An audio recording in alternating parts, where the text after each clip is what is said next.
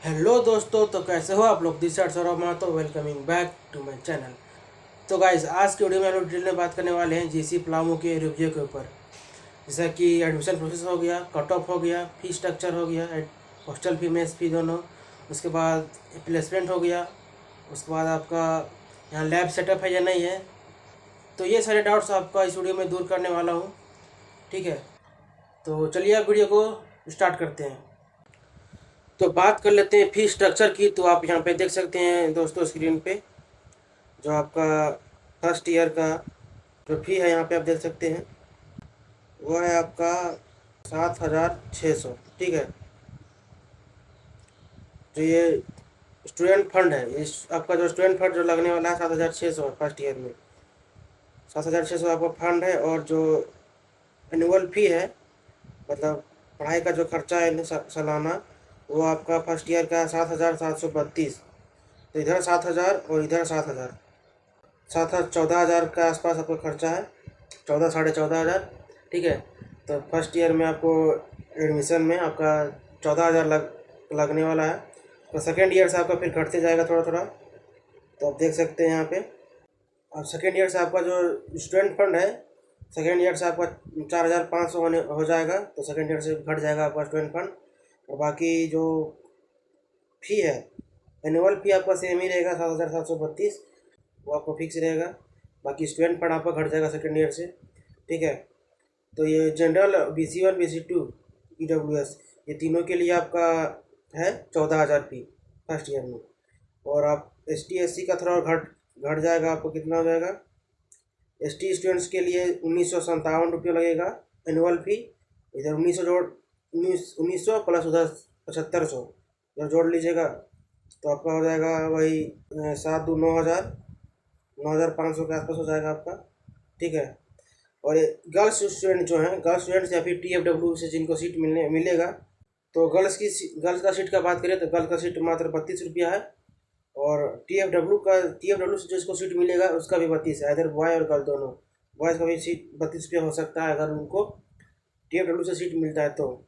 ठीक है, तो गर्ल्स का भी फी 32, एनुअल फी 32 रुपया है। और स्टूडेंट फंड आपका 7,600 वही। तो आपका सिर्फ 7,500 लगेगा गर्ल्स का। ठीक है, और 32 रुपये ऐड कर लीजिएगा जितना होगा। ठीक है, तो ये रहा आपका full fee structure per year जो आपका होने वाला है। ठीक है, और जो यहाँ का हॉस्टल फी है वो आपका 9,500 है।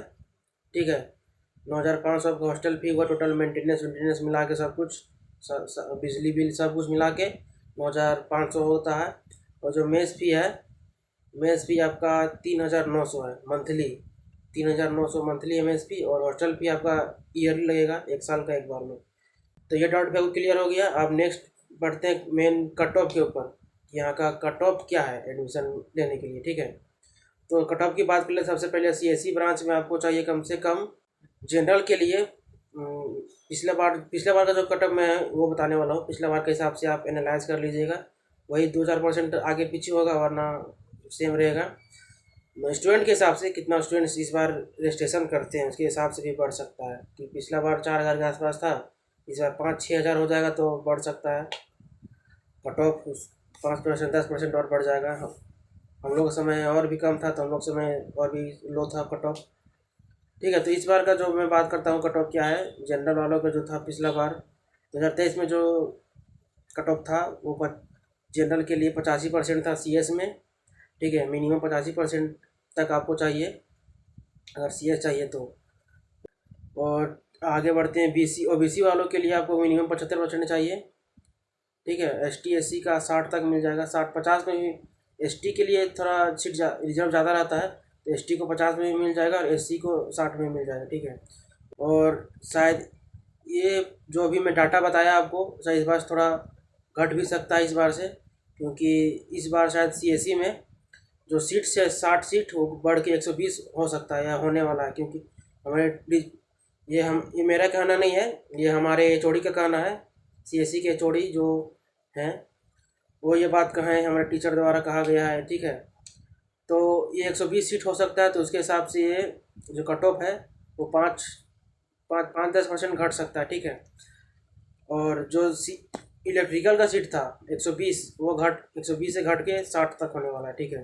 तो इलेक्ट्रिकल का कट ऑफ बढ़ेगा, सीएससी का 5% घटेगा तो इसका 10% बढ़ेगा, वो भी ध्यान रखिए, ठीक है। तो इलेक्ट्रिकल का कट ऑफ मैं बताता हूँ पिछला बार का।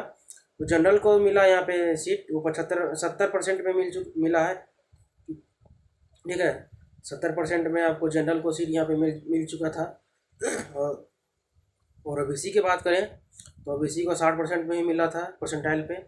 और एसटी एससी का बात करें तो 55-50 तक भी मिल गया था, ठीक है। एससी का बात करें 50 में, और एसटी का बात करें तो वो 40 तक मिला था।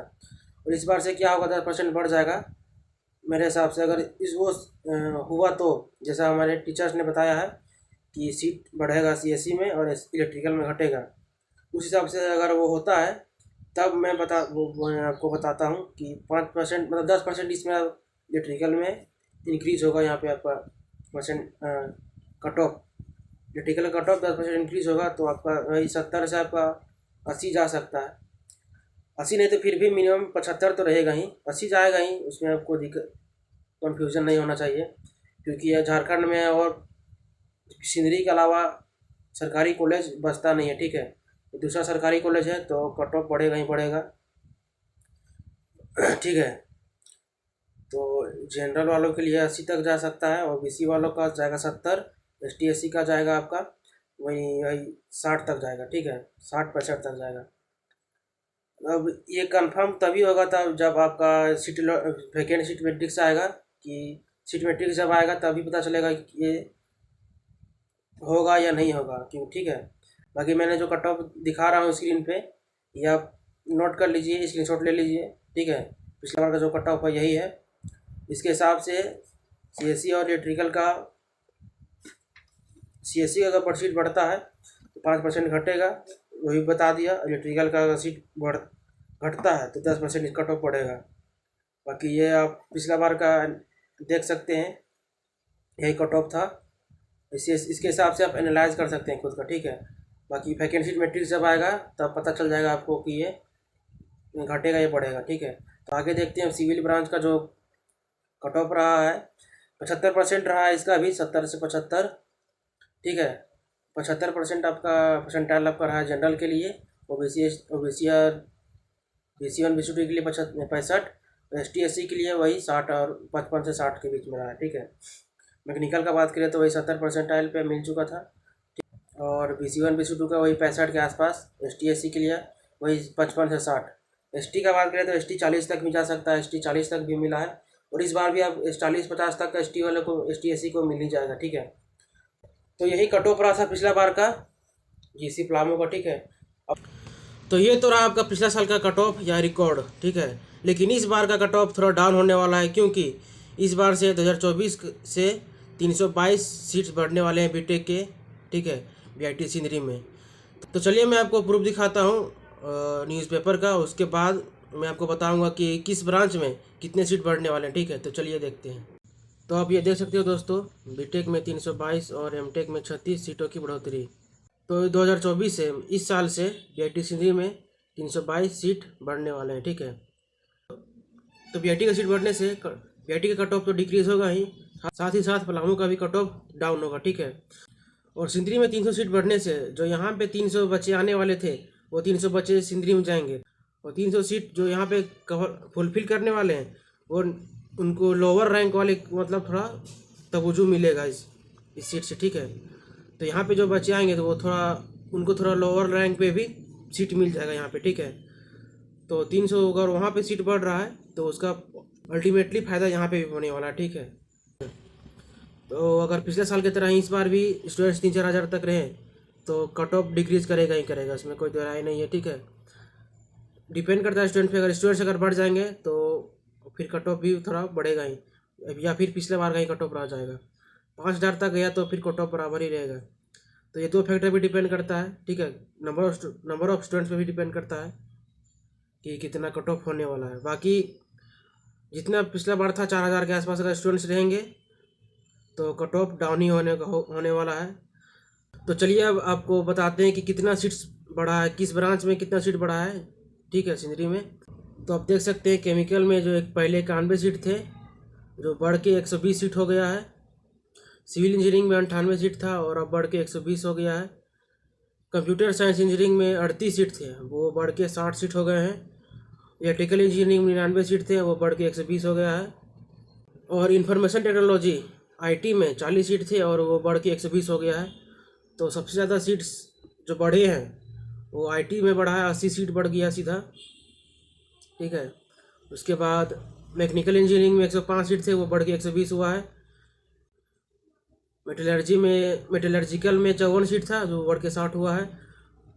और माइनिंग इंजीनियरिंग में 49 सीट थे, वो बढ़ के 60 हो गए हैं।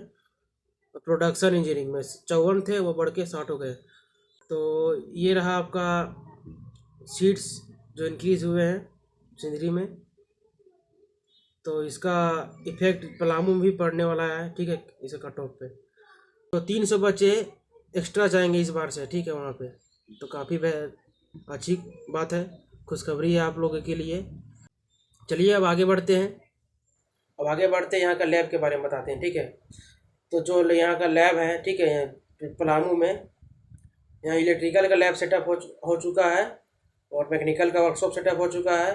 बाकी सिविल और सीएस का नहीं हुआ अभी तक, ठीक है। सीएस का ऑन प्रोसेस में है लैब, ठीक है। तो सीएस का भी ऑन प्रोसेस में है, टेबल चेयर वगैरह आ चुका है, सिर्फ कंप्यूटर नहीं आया है। तो 2-3 महीना में वो भी हो जाएगा, ठीक है। बाकी सिविल का अभी तक कुछ अता पता नहीं है।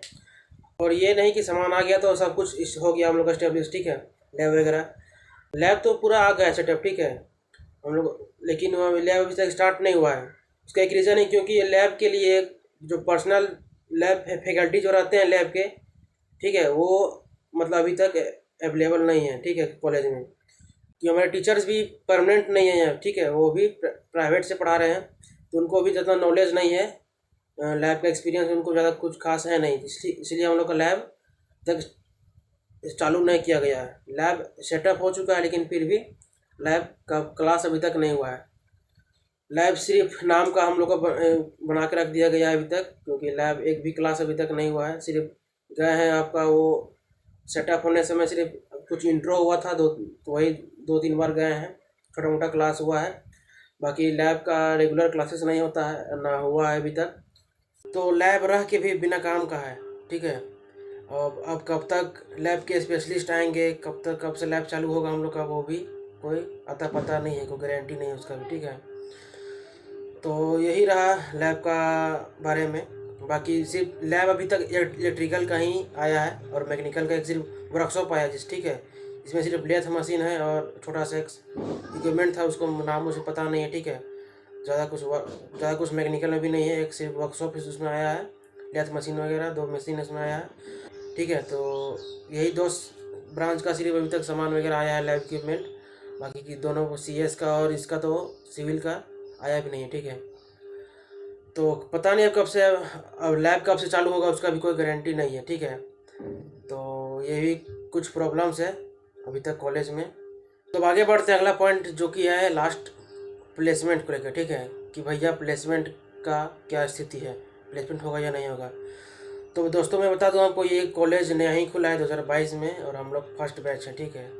26 में अगर जब हम लोग का निकलेंगे उसके बाद ही पता चलेगा ये प्लेसमेंट कितना दे पाएगा या क्या होगा भी या नहीं होगा, ठीक है। तो इंटर्नशिप अगर ये नहीं करवा पा रहे हैं हम लोग का, तो प्लेसमेंट कहाँ से करवाएंगे, वो भी बात है एक तरह। बाकी कुछ स्टूडेंट का कमेंट था कि प्लेसमेंट कैसा है, तो उनका डाउट भी इसमें थोड़ा क्लियर हो गया होगा। बाकी एक स्टूडेंट ने पूछा था कि अगर प्लेसमेंट नहीं है, कमेंट में मैंने उसको बताया कि प्लेसमेंट फ़िलहाल तो नहीं है, तो उसने बोला अगर प्लेसमेंट नहीं है तो आप लोग फिर क्या करिएगा, कैसे आप लोग का प्लेसमेंट होगा या कैसे जॉब होगा।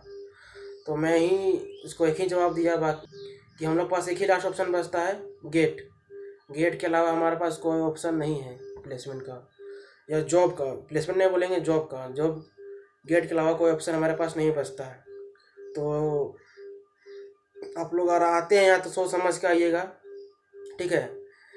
बीआईटी के अलावा कोई कॉलेज, मतलब मुझे नहीं लगता झारखंड में बीआईटी के अलावा कोई कॉलेज सही है, ठीक है, मतलब सरकारी का बात कर रहा हूँ। बीआईटी के अलावा कोई कॉलेज सही नहीं है। बाकी प्राइवेट तो बहुत है, मेसरा हो गया और भी कॉलेजेस हैं, कैम्ब्रिज वगैरह, बाकी उसका मुझे आइडिया नहीं है, लेकिन फिर भी सरकारी कॉलेज बीआईटी के अलावा कोई भी यहाँ अच्छा नहीं है जो बात है क्लियर, ठीक है।